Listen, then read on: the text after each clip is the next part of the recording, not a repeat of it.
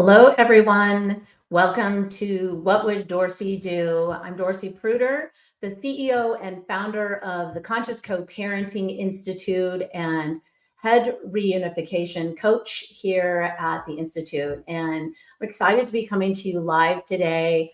A little nervous because my topic today is personal and something has happened recently. So today may be very vulnerable and raw, not that it normally isn't, but even more so. So I want to welcome everybody to our live. Today we're going to be talking about rising above the chaos of lies, false allegations, confusion, and really garnering the patience and persistence to go the distance to really recover your beloved alienated child. And if you're tired of all of the promises by reunification specialists and coaches and mental health providers that have been surrounding your family for a while, and you're left disappointed and heartbroken, then it's really time to hire a reunification coach with a proven track record of success. And you can't really trust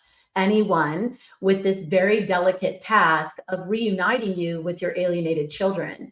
You have to choose somebody, a coach or a professional who's had years of experience and real results to back up their methods. And you deserve more than a cookie cutter or worse, copycat approach from so-called reunification experts and coaches. You have to demand someone who can actually offer you personalized strategies based on their own successful reunification frameworks and their work with families that they serve, and also in their own personal life. So it's not enough to just hire a reunification coach or reunification therapist or really any reunification professional. You need somebody who actually can walk the talk.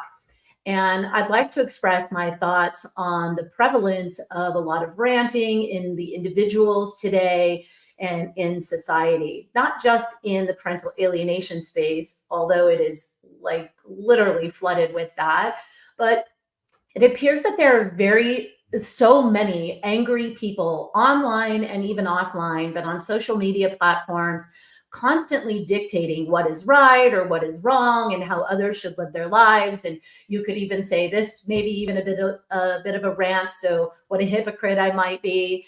And knowing what it's like to be falsely accused of some of the most heinous things, both professionally, actually mostly professionally, and by people in the professional community who I thought were my friends. And, you know, it's not lost on me what it's like for you as a parent to be staring down the barrel of a false allegation and a legal matter with regards to false allegations. Because let's face it, divorce and custody battles, those are legal issues. So when you're staring down the barrel of a lawsuit, a divorce matter or custody battle, and you've been falsely accused of some of the most disgusting and heinous things that you could imagine, it is destabilizing. It's a level of betrayal by somebody that you liked, loved, and trusted, not just the other parent, but even the child who's being coercively controlled by the other parent. So the divorce space, there are those who act as if they possess superior knowledge about parental alienation. They call themselves the parental alienation experts. I call them the dirty dozen. And I call them also the parental alienation police. Often they go on rants insisting upon their own beliefs in the old Gardner model or the new resist and refuse model, condemning others, and their angry rants can be palpable at times. And even those that understand that this is child psychological abuse, there are even people in that realm, parents and professionals alike, that also go on angry rants.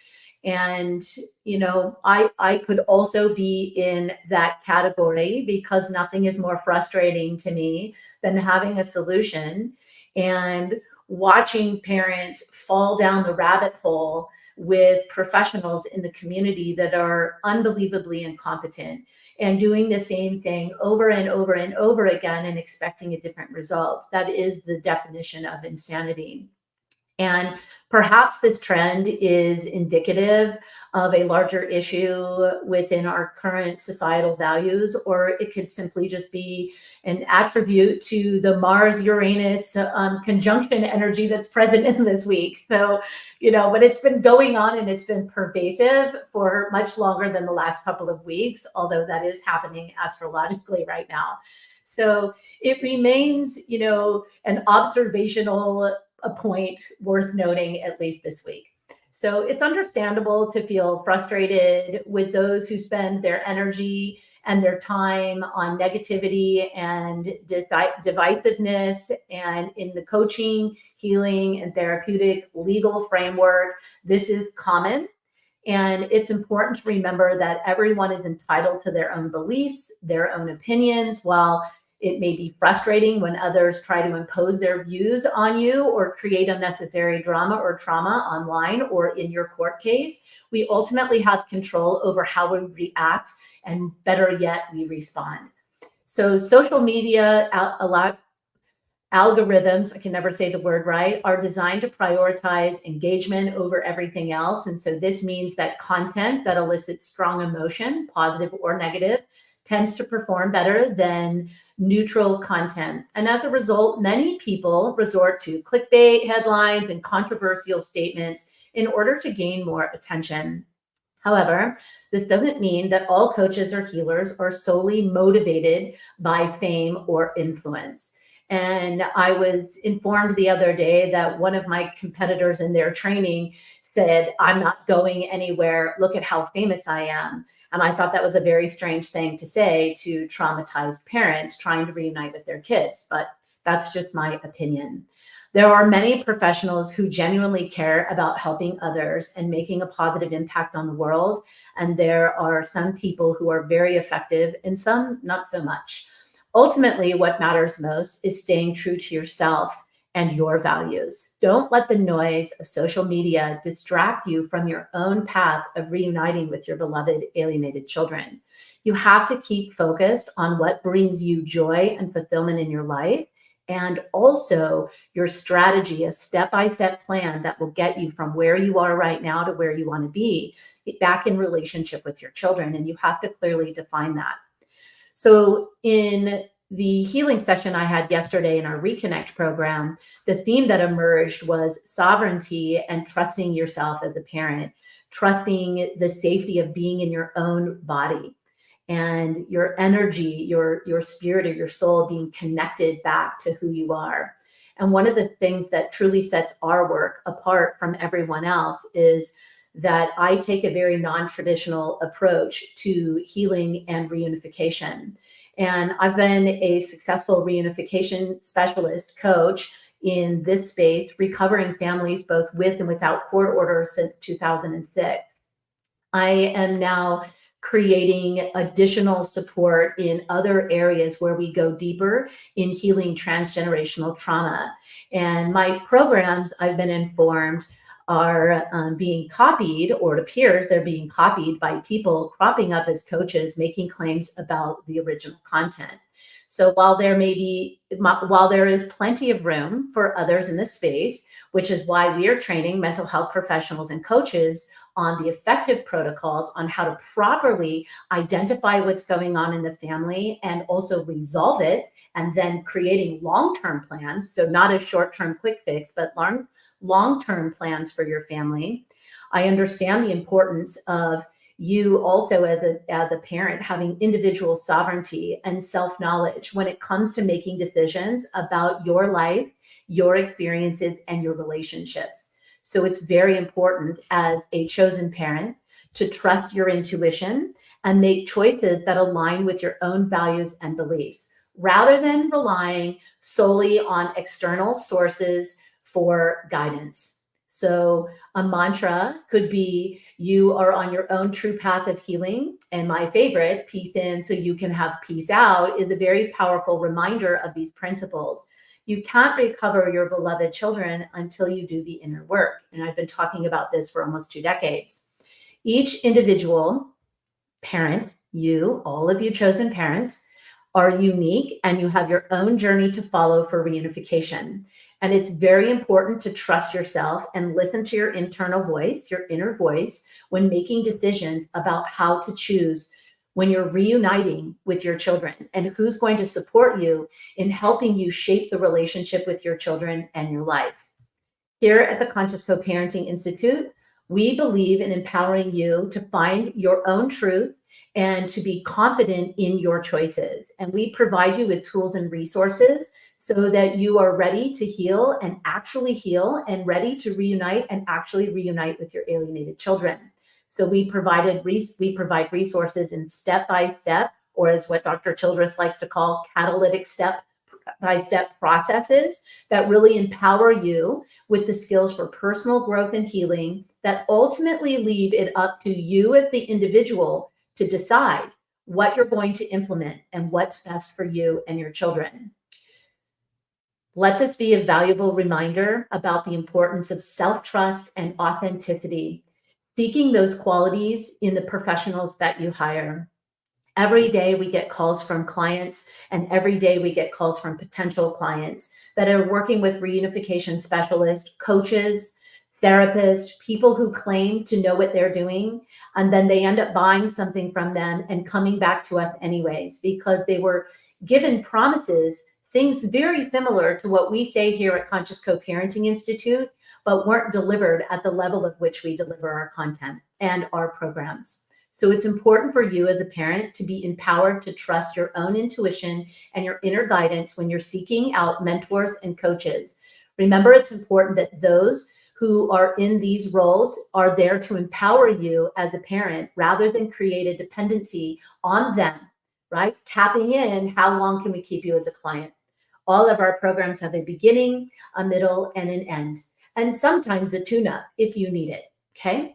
So in the age of information overload, with AI cropping up everywhere, copycat programs everywhere, it's really crucial for you as a parent to be discerning about the content that you consume and evaluate whether it aligns with your values and beliefs or not. And taking the time to slow down, listen, feel with your gut, and look inside yourself, that can provide clarity on what one truly needs and what you need for reunification and what's working and what's not.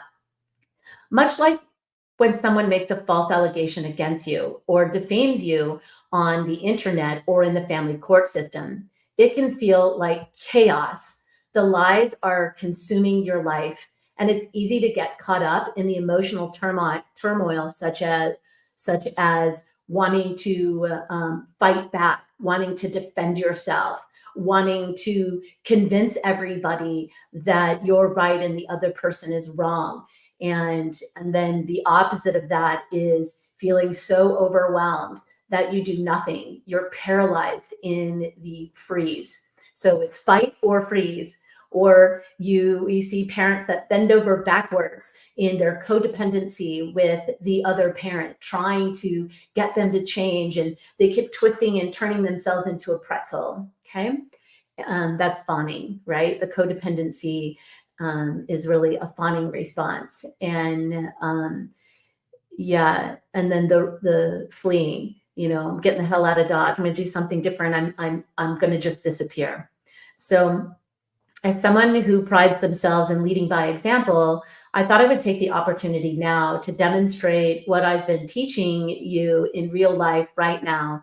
And I'm going to be very vulnerable with you today in expressing and sharing something that's recently happened to me. It's something that's actually been happening to me in this space for a really long time, actually since I started. And I've been under a full frontal attack, both aggressively and passive aggressively, for many years. And I'm sure many of you know this feeling of destabilization and overwhelm because you too have also been on the receiving end of arrows being lobbed at you. And it was recently brought to my attention that it appears a competitor is copying my Reconnect program and the content and rearranging some of it, and claims that they're copying from a non-traditional healer in the space, somebody who has been successful at recovering families. And let's be honest, I don't know anybody in this space that's a non-traditional healer that's been around as long as I have that has been recovering families. I could be wrong, but I'm pretty sure that's me. And they are claiming to be copying those people who have had successful reunifications. Again, I'm not saying other people don't help people successfully reunite, because I know that they do, and we work with some of those mental health providers.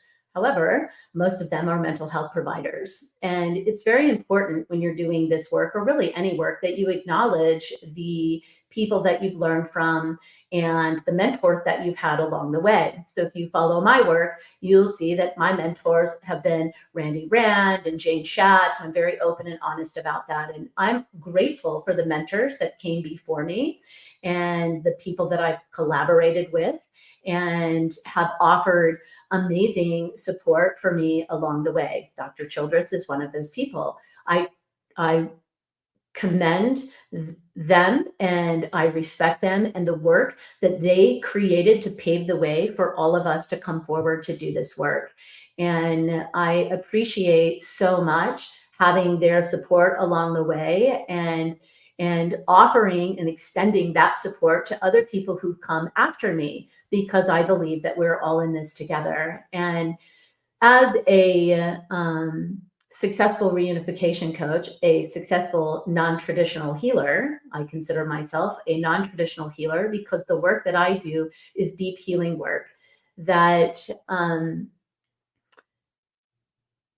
that my work has been ignored except by one person in the professional community, Dr. Childress. And I find it pretty disturbing that people think it's okay to not acknowledge that the people that they've learned from. And I am eternally grateful for the people that I've been able to collaborate with and the people that I've been able to learn from. It was also brought to my attention that this person also called me out by name and made a claim in their video in a live training that was simply not true. And it's caused me massive internal consternation and stress. I felt betrayed when this was brought to my attention last week. And of course, my internal knee-jerk reaction was anger, sadness. I'm already shaking now, feeling overwhelmed. And it's a trigger of betrayal because many other people have made false allegations against me. And something that I've talked about in my training before, which is when something happens, your trauma gets triggered from the first time you experienced it. So this betrayal trauma keeps getting triggered and triggered. And it's my responsibility to clean up my trigger, my side of the mirror. And I share this with you because I want to demonstrate what it's like to walk my talk. So I'm not expecting anybody that works with us, that follows me, that goes through my free training to do anything that I myself am not actually doing or have done. And just when you think you've healed something, you know, the trigger or the next layer or the deeper layer of the work comes forward. So a false allegation can damage your credibility and potentially harm your relationship with your children, or in my case, my business and my reputation as a reunification specialist. And I pride myself in the work that I do. And I pride myself in being a successful reunification coach, facilitator, reunification specialist, and expert. And I even pride myself the most on the work I do with the children. So while I love you parents and I love working with you, my deepest pleasure and pride really comes from my ability to actually recover the alienated child and to really work with you, the inner child within you, to recover that child so that you can recover your children. And in some cases, I get the pleasure of actually working with your children. Our High Road to Reunification program gets court ordered all over the world. And we are extremely successful. And the kids that we get to work with, it's an honor and a pleasure. Recently, it was brought to my attention that the director, Ginger Gentile, of the Erasing Families film, said in a live video that when somebody questioned if I had coached the kids or some of the kids in the Erasing Family film, and her response was that I had one session with Ashlyn, the main protagonist, and that I never followed up. And you can only imagine the betrayal that I even feel now, just speaking up, just saying it out loud on this public forum with everybody here. And my heart is racing and I can feel my body shaking. And I'm going to clear this up because it's simply not true. And not only is it not true, I had several sessions, not only with Ashlyn, but other children that were in that film. And my experience with Ashlyn, who's a lovely human, was our relationship came to a screeching halt when she asked me a specific question as her coach, what my opinion was about her being adopted as a young adult. And I said to her, you know, my opinion isn't really relative. It's just my opinion, but she pressed, and I understand how that is as an alienated child. So I answered. And my answer was, I don't think jumping from the frying pan and into the fire, right, solves anything. And you're still in a cutoff situation and you are still not healed in the relationship. You're now choosing to reject your mom. So you went from choosing to reject your dad to choosing to reject your mom, and to have the experience of that cutting off. So choosing to reject somebody is choosing to reject half of yourself. And she got angry, which is understandable and fine, and disappeared for a little while. She did reach out to me later and thanked me for my support and apologized for her behavior in the sessions and for disappearing. And she apologized and thanked me and shared with me that I actually helped her, that she wasn't ready to heal at the time, and that I actually helped her form a relationship with both sides of her family. So you can understand why something like this is damaging to my reputation, because it's just simply not true. And I still have those messages, by the way, and very hurtful, because I was the contributor, one of the largest contributors to the Erasing Family films and also the largest contributor to the film was one of my clients, and who came to Los Angeles to actually meet me at the fundraiser that I had posted all over social and supported this film. And I still support the film. And so I'm sharing this with you in a very vulnerable way, because I want you to understand that I get it. I get what it's like to know somebody and to trust somebody, and then to have them say something about you that just is simply not true. And I felt betrayed when this was brought up and brought to my attention. And I still feel that way now, but I'm able to talk about it without being unhinged. I'm able to manage my emotions.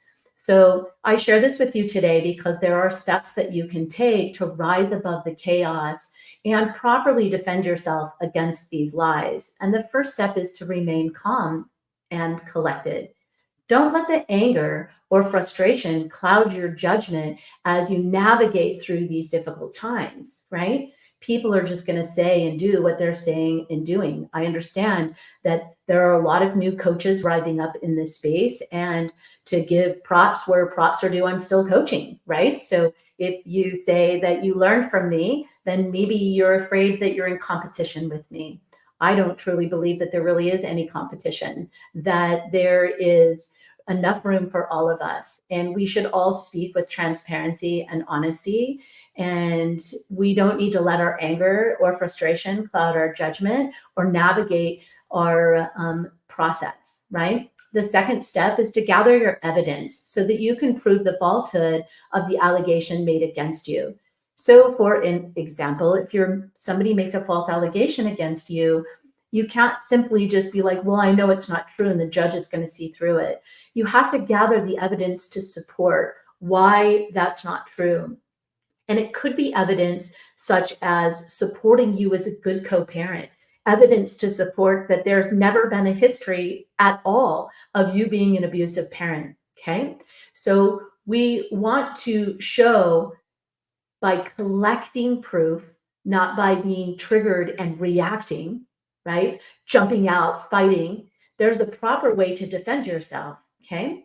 And this is how you demonstrate that you are the healthy parent who can manage your emotions, who can manage your side of the mirror. And another example is maybe you're being accused of being an alcoholic or a drug addict and being proactive in taking voluntary drug testing or alcohol testing and presenting, leading with that. Don't be afraid to lead. I know what it's like to hide because I had a coach who falsely accused me of sexually assaulting her. Okay. I thought she was my friend. It was a kick in the jugular, a kick in the throat and in the gut.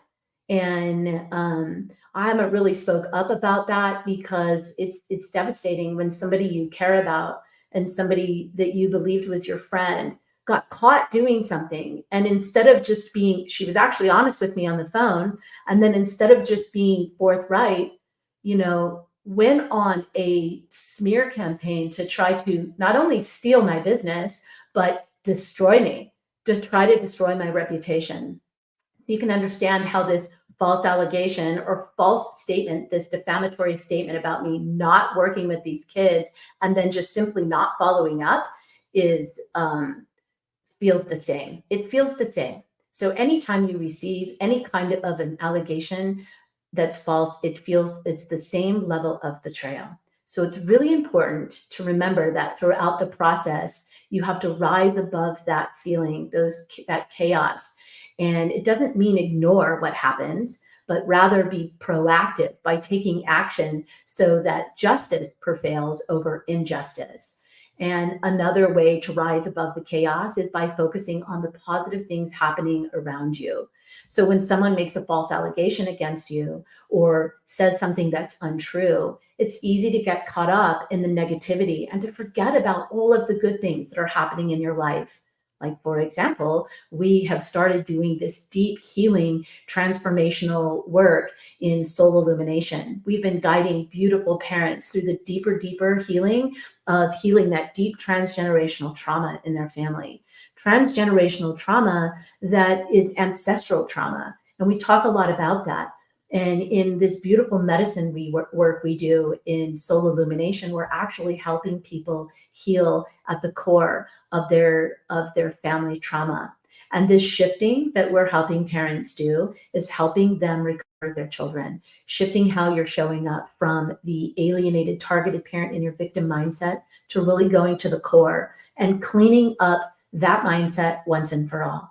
Okay. So we've got to take time to reflect on our accomplishments, celebrate our small victories, surround ourselves with people that support you. This will help you maintain a positive outlook even during these difficult times. It's why we started the Chosen Parent Collective and why we do the Reconnect program. What I've been sharing with you in this What Would Dorcy Do today is a lot of the things that we do in Reconnect. We guide you through the 9-step process of really getting clear in your foundational work. You have to do the deeper work. You've got to deal with the false allegations that can take an emotional toll on you. So it's important to prioritize your mental health throughout the entire process. And prioritizing your mental health doesn't mean avoiding. It doesn't mean doing nothing. It doesn't mean doing one thing. You can only do that thing. It means doing the foundational work so that you can have better communication. You can implement the resiliency skills, that you can build the walls of trust in your relationship with your children. So it's crucial to not engage in any negative behavior yourself when you're facing false allegations or defamation online or in court. So responding aggressively, how dare you, or none of that, no use, okay? That only makes things worse for everyone involved and can further damage your reputation. So you want to make sure that you keep your emotions in check. that you speak the truth. But that doesn't mean you go running to your children, your mom is an alienator. They're not going to appreciate that. Instead, focus on presenting yourself as a professional who's committed to resolving the issue at hand through the legal channels, if that's what you have to do, through your co-parenting relationship, because that's just a new relationship. That's the new contract you have, even if the co-parent is pathogenic, by maintaining your dignity and respect for everyone involved, including those making false allegations against us. Okay?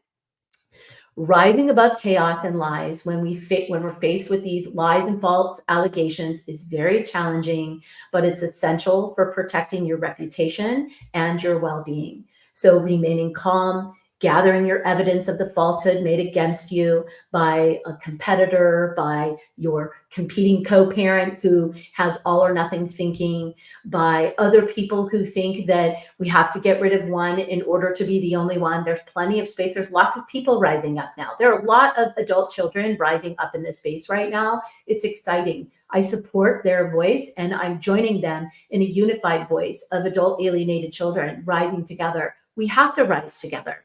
We cannot buy into the splitting. Okay. It's very, very important that we don't do that, and focusing on our positive things that we have happening around us and for us, and prioritizing our own mental health. We have to avoid negative behaviors ourselves, and we have to present ourselves professionally, either through legal channels while respecting everyone involved. And we can hire people if we need to, and we can rise above the challenges of this family dynamic. You, like me, are the leader. You're the leader of your family. So when you're dealing with these false allegations, and I know it's incredibly difficult and stressful, I'm dealing with it myself. I've been dealing with it for years. It feels like every time one door closes, another one opens. So now that's a belief. So I've got to work on that. That's my story. Okay. So whether it's your co-parent, maybe your children, maybe somebody's making a false allegation, maybe the children have been coached and they made a false allegation and now the therapist is making a false allegation, whatever it is, you have to rise above it. You have to maintain your emotional container, and you have to think strategically and logically. And your reputation and is at hand. Your reputation, your ability to parent, and your children, they're at stake as well. So you want to make sure that how you handle this, improving your innocence, including gathering your evidence and documentation, that you have the support from people who've paved the way, who've been there right along with you, who know how to handle these things and can guide you each step of the way. So while all of our programs are catalytic steps, step 1, 2, 3, 4, and so on, each step also is customized for you. There are things that you do within each of the trainings that we offer and the reunification protocols that we offer that apply to you specifically. And you get to be your own sovereign being as the chosen parent. That's who you are. So if you want to work with us and you want to know more about rising above false allegations, it does require patience and resilience, as it sometimes requires a willingness to fight injustice, whether through legal action or simply refusing to let these accusations define you personally or professionally. Just remember, there are ways to overcome even the most difficult situations. So if you want to work with us, or you want to know more about working with us through our Reconnect program, then my team will put a link here in the comments. Please schedule a one-on-one consultation with somebody on my team so they can talk to you about what it's like to work with our company and what it's like to work through having somebody guide you through each step of the process by working with one of our one-on-one coaches, and also through the deeper healing process that I actually facilitate with you and your fellow chosen parent participants. So I want to thank you so much for tuning in, for listening, for allowing my vulnerability during this live call. And remember, peace in so you can have peace out, everyone. See you next week. Have a great one. Bye for now.